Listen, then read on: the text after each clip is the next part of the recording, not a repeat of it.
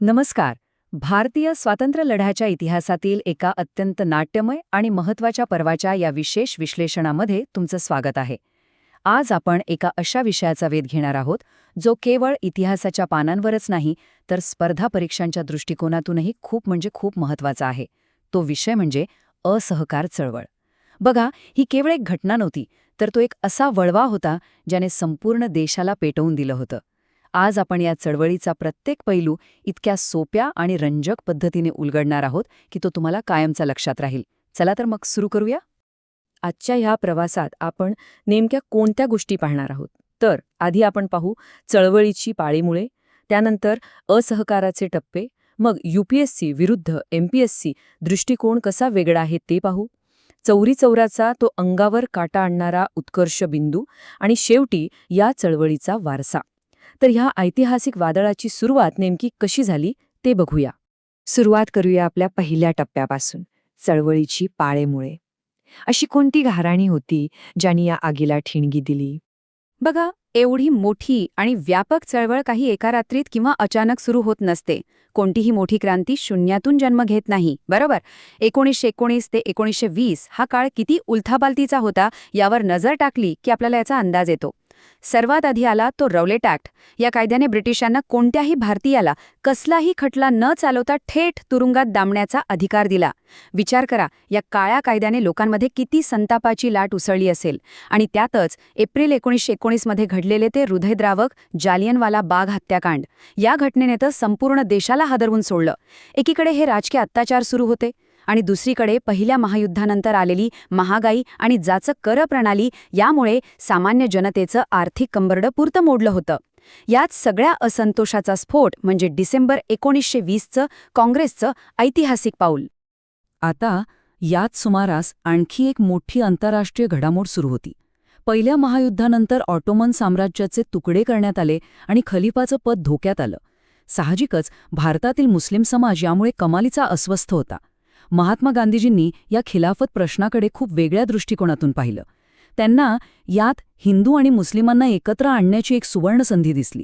त्यांना पक्क माहीत होतं की ब्रिटिशांसारख्या बलाढ्य सत्तेविरुद्ध लढायचं असेल तर या दोन्ही समाजांची अभेद्य एकजूट हीच आपली सर्वात मोठी ताकद ठरू शकते. आणि अगदी याच रणनीतीवर त्यांनी आपला पुढचा पाया रचला. आता ह्या मुद्द्याकडे जरा विशेष लक्ष द्या, कारण परीक्षेच्या दृष्टीने डिसेंबर 1920 मध्ये झालेलं काँग्रेसचं नागपूर अधिवेशन हा एक अत्यंत निर्णायक क्षण ठरतो. का? कारण तोपर्यंत काँग्रेस केवळ घटनात्मक मार्गाने म्हणजे अर्ज विनंत्या करून ब्रिटिशांकडे मागण्या करत होती. पण याच अधिवेशनात ही रणनीती अधिकृतरित्या बदलली गेली. आता विनंत्या करण्याऐवजी शांततापूर्ण आणि कायदेशीर मार्गाने स्वराज्य मिळवणं हे प्रमुख ध्येय बनलं. सविनय पण एकदम ठाम विरोधाचा हा एक खूप मोठा वैचारिक बदल होता. इथून आपण वळतोय आपल्या दुसऱ्या भागाकडे, असहकाराचे टप्पे. या दोन मुख्य गोष्टी होत्या, जुन्याची मोडतोड आणि नव्याची उभारणी. आता ध्येय तर निश्चित झालं होतं, पण प्रत्यक्ष कृती कशी करायची? एवढ्या मोठ्या आणि खंडप्राय देशात एकाच वेळी सर्वसामान्यांना कसं जोडून घ्यायचं हा मोठा प्रश्न होता. म्हणूनच ह्या चळवळीची अंमलबजावणी एका अत्यंत नियोजनबद्ध आणि दुहेरी स्वरूपात करण्यात आली. एका बाजूला पहिल्या टप्प्यात ब्रिटिश सत्तेचं प्रतीक असलेल्या गोष्टींवर बहिष्कार टाकून त्यांची यंत्रणा मोडून काढायची होती, आणि दुसऱ्या बाजूला दुसऱ्या टप्प्यात भारतीयांना स्वतःच्या पायावर उभं करण्यासाठी काही विधायक कार्यक्रम राबवायचे होते. थोडक्यात सांगायचं तर हे नकार आणि होकार यांचं एक परिपूर्ण आणि भन्नाट मिश्रण होतं. पहिल्या टप्प्याची सुरुवात बघा कशी झाली. देशात अक्षरशः एक स्फोटक वातावरण निर्माण झालं होतं. ब्रिटिशांनी दिलेल्या पदव्या आणि मानसन्मान लोकांनी फेकून दिले. स्वतः गांधीजींनी त्यांना मिळालेलं कायसरे हिंद हे सुवर्ण पदक परत केलं. हजारो विद्यार्थ्यांनी सरकारी शाळा कॉलेजेस सोडली. वकिलांनी न्यायालयांवर बहिष्कार टाकला. पण यातलं सर्वात प्रभावी आणि डोळ्यात भरणारं दृश्य कोणतं असेल तर ते म्हणजे परदेशी कपड्यांच्या पेटलेल्या मोठ्या होळ्या. यातून ब्रिटिशांच्या आर्थिक आणि प्रशासकीय नाड्या आवळण्याचा हा अगदी थेट प्रयत्न होता. पण बघा, केवळ बहिष्कार टाकून तर देश चालणार नव्हता हे आपल्या नेत्यांना पक्क ठाऊक होतं. म्हणूनच दुसऱ्या टप्प्यातील या विधायक कार्यक्रमांनी चळवळीला एक खऱ्या अर्थाने भक्कम आकार दिला. आता विद्यार्थ्यांनी सरकारी शाळा सोडल्या होत्या, मग त्यांच्यासाठी काशी विद्यापीठ आणि जामिया मिलिया इस्लामिया यांसारख्या आपल्या स्वतःच्या राष्ट्रीय शिक्षण संस्थांची स्थापना करण्यात आली. परदेशी कपडे जाळले, मग त्याला पर्याय म्हणून खादी आणि चरखा ही स्वावलंबनाची महान प्रतीके बनली. आणि याच बरोबरीने समाजाला आतून बळकट करण्यासाठी अस्पृश्यता निवारण आणि हिंदू मुस्लिम एकतेचे खूप मोठे कार्यक्रम हाती घेण्यात आले. आता आपण आपल्या विश्लेषणाचा दृष्टिकोन थोडा बदलूया. पुढचा भाग आहे UPSC विरुद्ध MPSC दृष्टिकोन. हा एक तुलनात्मक प्रवास असणार आहे.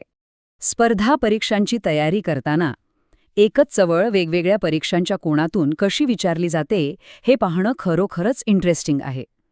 आता बघा, UPSCचा भर हा मुख्यत्वे राष्ट्रीय प्रभाव, गांधीजी आणि नेहरूंचं नेतृत्व आणि अखिल भारतीय पातळीवरील हिंदू मुस्लिम एकता यावर असतो. पण जर तुम्ही MPSCच्या दृष्टिकोनातून पाहिलं तर तुम्हाला बॉम्बे प्रेसिडेन्सीमधील म्हणजे तत्कालीन मुंबई प्रांतातील प्रभावावर लक्ष केंद्रित करावं लागतं. तिथे शीम परांजपे आणि बापूजी अणे यांसारख्या स्थानिक नेत्यांची भूमिका अत्यंत महत्त्वाची ठरते. शिवाय याच काळात महाराष्ट्रात झालेल्या मुळशी सत्याग्रहाचा संदर्भ आणि सुरुवातीच्या काळात सत्यशोधक समाज व ब्राह्मणेतर चळवळींनी जो संकोच दाखवला होता, हे मुद्दे MPSCसाठी अगदी कळीचे आहेत. हे बारकावे तुम्ही नक्की लक्षात ठेवायला हवेत. आता वळूया या कथेतील सर्वात नाट्यमय वळणाकडे, चौरी तौराचा उत्कर्ष बिंदू, ज्याने या चळवळीला एक अचानक थांबा दिला. ती तारीख होती 4 फेब्रुवारी 1922. सर्वसामान्यांचा अभूतपूर्व पाठिंबा मिळवत वेगाने पुढे जाणाऱ्या या प्रचंड चळवळीला एका अनपेक्षित घटनेने असा काही धक्कादायक ब्रेक लावला ज्याची कोणी कल्पनाही केली नव्हती. उत्तर प्रदेशातील गोरखपूर जिल्ह्यात चौरी चौरा नावाचे एक छोटंसं गाव आहे. तिथे सुरू असलेल्या एका शांततापूर्ण निदर्शनाला अचानक अत्यंत हिंसक वळण लागलं. आंदोलकांवर पोलिसांनी केलेल्या कारवाईमुळे जमाव प्रचंड संतप्त झाला. त्यांनी नियंत्रण गमावलं आणि थेट एका पोलीस स्टेशनलाच आग लावून दिली. जी चळवळ शांततेच्या मार्गाने इतकी पुढे गेली होती, ती एका क्षणात हिंसेच्या अंधारात बुडाली. या एका आकडेवारीकडे लक्ष द्या. 22. हो, त्या भयानक आगीत तब्बल 22 पोलीस कर्मचाऱ्यांचा जळून मृत्यू झाला. हा आकडा म्हणजे केवळ एक संख्या नाहीये, तर ती त्या भीषण हिंसेची आणि परिस्थिती किती हाताबाहेर गेली होती याची एक थरकाप उडवणारी साक्ष आहे. अहिंसेवर ज्यांचा अढळ विश्वास होता त्या गांधीजींसाठी हा एक अत्यंत मोठा आणि वैयक्तिक धक्का होता. आणि या हिंसक घटनेचे परिणाम मग अत्यंत वेगाने आणि दूरगामी झाले. हिंसेला तत्वतः विरोध करत गांधीजींनी बारडोली ठरावाद्वारे लगेचच ही देशव्यापी चळवळ मागे घेतली. विचार करा, विजयाच्या अगदी उंबरठ्यावर असताना अचानक घेतलेल्या या निर्णयामुळे संपूर्ण काँग्रेसमध्ये एकच निराशा पसरली. नेत्यांमध्ये मोठे मतभेद निर्माण झाले.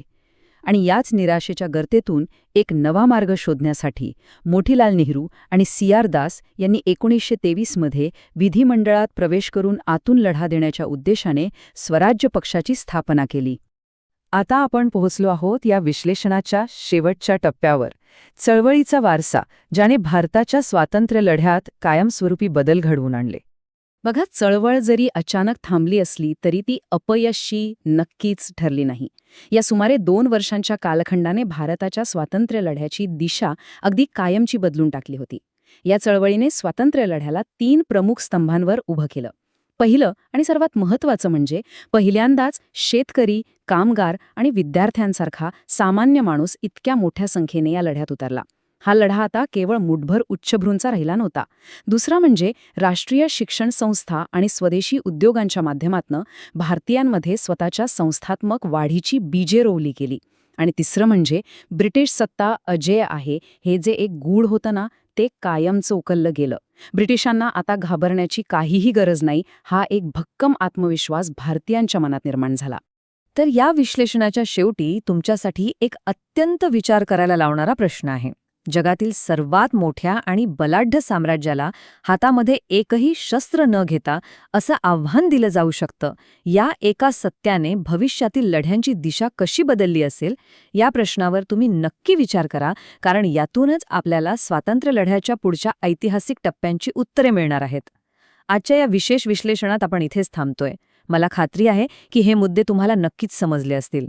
लवकरच भेटूया अशाच एका रंजक आणि माहितीपूर्ण विश्लेषणासह.